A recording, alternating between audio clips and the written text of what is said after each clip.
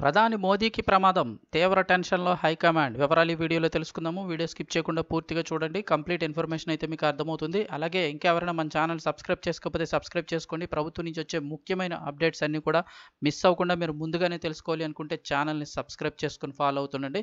అలాగే దయచేసి వీడియోని ఒక లైక్ చేయడం మర్చిపోకండి. ఇంకా లేట్ చేయకుండా వివరాల్లోకి అయితే వెళ్ళిపోదాము. అయోధ్యలో రామ మందిరం అయితే గనక ఒక పక్క ఏర్పాట్లు జరుగుతున్నాయి. ప్రాణప్రతిష్ఠ వేళ అయోధ్యలో అనుమానిత ఉగ్రవాదుల అరెస్టు. ఇదైతే కనుక ఇప్పుడు అందరినీ టెన్షన్ పెట్టిస్తోంది. వివరాలు చూసుకున్నట్లయితే అయోధ్యలో రామ మందిర ప్రాణప్రతిష్ఠ కార్యక్రమాల ఉగ్ర కలకలం రేగింది. ముగ్గురు అనుమానితుల్ని అదుపులోకి తీసుకున్నట్లు ఉత్తరప్రదేశ్ పోలీస్ శాఖ అయితే గురువారం రాత్రి ప్రకటించింది.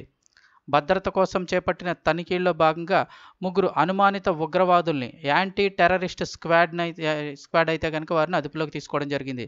ఉగ్రవాదులతో సంబంధాలపై ఈ ముగ్గురిని ప్రశ్నిస్తున్నట్లు UP special DGP Prashant Kumar ప్రకటించారు.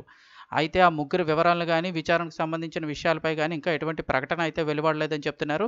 ఇప్పుడు అత్యంత జాగ్రత్తగా ఉండాల్సిన సమయం. ఇక పటిష్టకు సంబంధించి చూస్తే జనవరి 22వ తేదీన అయోధ్య రామ మందిరంలో రామ్ లల్లా విగ్రహానికి ప్రాణ ప్రతిష్ఠ జరగనుంది. వారణాసికి చెందిన పూజారి లక్ష్మీకాంత్ దీక్షిత్ ఆధ్వర్యంలో ప్రధాని నరేంద్ర మోదీ చేతుల మీదుగా జరుగుతున్న ఈ కార్యక్రమానికి 11,000 మంది అతిథులు హాజరు కానున్నారు అతిథులుగా. ఇక ఆహ్వానం వెళ్లిన వాళ్ళలో ప్రముఖ రాజకీయ, సినీ, క్రీడా రంగానికి చెందిన చాలా మంది ప్రముఖులు అయితే ఉన్నారు. దీంతో యూపీ పోలీస్ శాఖ కట్టుదిట్టమైన భద్రతా ఏర్పాట్లు చేసింది. 10,000 మంది పోలీసులతో పాటు కేంద్ర బలగాలు కూడా పహారాలో ఉన్నాయి. సీసీ కెమెరాల నిఘా నీడలో అయోధ్య అయితే ఉందని అయితే చెప్తూ ఉన్నారు.